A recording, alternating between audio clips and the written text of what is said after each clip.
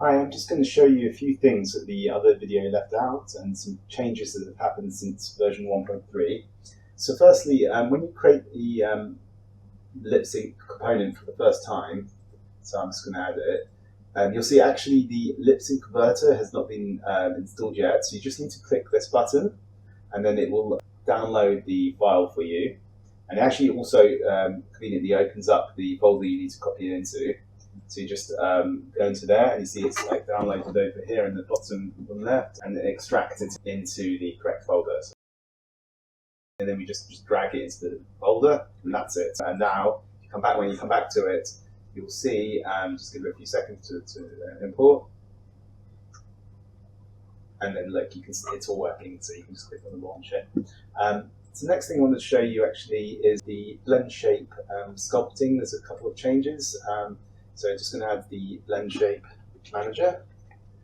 So here we've got a character that's exported from DAZ. And DAZ characters are quite high resolution. The latest version is able to deal with that. But so let me show you. I'm going to create a new blend shape on this character.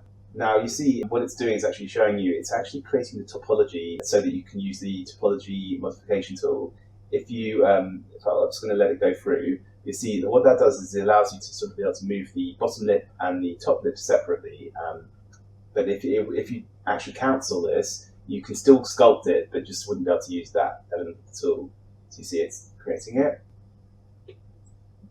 Oops, it's just you can see you can like move the top lip and bottom lip separately, even though they were right next to each other and touching. So actually, if I discard it, you can still sort of create blend shapes from like this and cancel. You can still sculpt your character like how you want, but you won't be able to use the topology one. So because the mouth is closed together, you can't separate the lips in that way. If they're already separated, then you can still actually use the world space thing. So it depends on how quickly you want to be able to do it and in the scenario, which one you choose. The other thing I wanted to show you is there's actually a few choices of blend shapes that you can do now. So this one is working from the current pose. Let me show you what that means. If for example, my character was out of its bind pose, some people's characters aren't in their bind pose when they're imported into Unity. So let me give you an example. Let's just, I don't know, just rotate one of his arms like that. So he's in this kind of position. And because I'm using current pose for his blend shape, just click cancel. You see it's actually remaining in the same position, and it just works relative from there. So it still doesn't matter the fact that he's got the arm up, and that should all work. So if I just do puffed out cheeks, set the blend shape. So you can see that even if I put his arm back, that's all fine. It will still it won't move his arm up or anything. It'll just work from there. So you see his arm's not moving at all. So that's the most convenient. But like you can also use ones which actually go straight to the blend shape. So it's the bind pose, I mean, and that one will actually like put the blend shape back into the bind pose. So let's just cancel. You see it's gone back to the original position where the character was skinned. So those are the new options. Also, actually, just with the blend shape, sculpting, there's a thing I don't know if I mentioned properly, but which is how to change the brush size. What you do is you hold down B, and then you move the mouse left and right, and that will change the scale of the brush. On more recent versions of Unity, make sure you've got the gizmos turned on, because if it's off, then the gizmo control will not be visible. So make sure that click that one. No, I'm going to show you now just another thing which was in the lip sync editor. So let's go back to the editor. I'm going to show you that you don't actually always have to convert a file. You can actually just load it in. So if one's already been made, for example here, you just add one to these two things and just find it. And so let's say I'll be just, I think there's one called cookies. Yep, so buy cookies. So that's the text file, and then you go the equivalent audio file for that. The audio file needs to be a WAV. That's another point I should add. That's for the conversion. You could convert it to a WAV using Audacity for the conversion, and if you want to use MP3s for some reason, you can always change that afterwards. But for the conversion, when you're clicking that button, it should definitely be allowed. So now that you put it in there, you can just reload, and then it's got to be in there. Now there's a couple of things that have changed here as well. So they don't need to always have bones, but in this case I do. I want to have the jaw.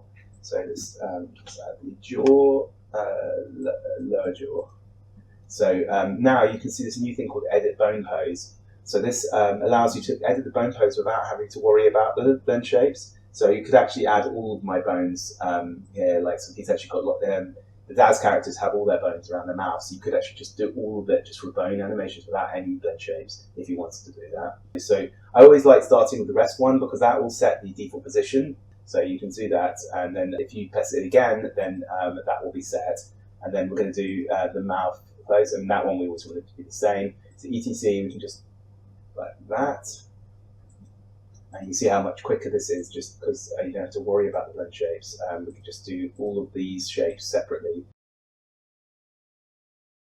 and then the O and U will be just a little bit open. Let's maybe just move this up a bit, and then L. You can see it's actually already opening the mouth and talking.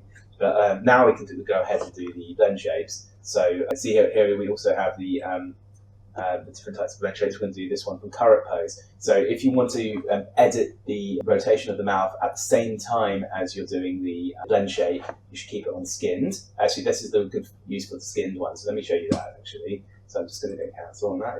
Yeah. So you can see it's in the position, but I can also change the jaw position. So if I just actually I can just click that and click it again. So you see I can still change the jaw, but while sculpting, you'll see the actual sculpting is working from the collision of the original bind pose mesh. So that's why you might want to do it with the current pose. So you can actually still keep changing this as well. So if I go like that, I'm actually setting the bone position separately. When I click this again, it'll set the blend shape. So I'm going to sculpt it like this. And then, all right, so I'm done. So click that again, and it immediately just sort of sets it. Also sets the bone pose, so that'll be my position. So I can do it from the current pose, and you see the difference doing it from the current pose. If I do it now, I actually can't change the jaw at all. I mean, it is changing physically, but it's not updating my mesh because my mesh is just from the current pose. So I'm going to just sculpt his ooh. Just get some beats, sort of. Let's make it a bit bigger. Okay. And then as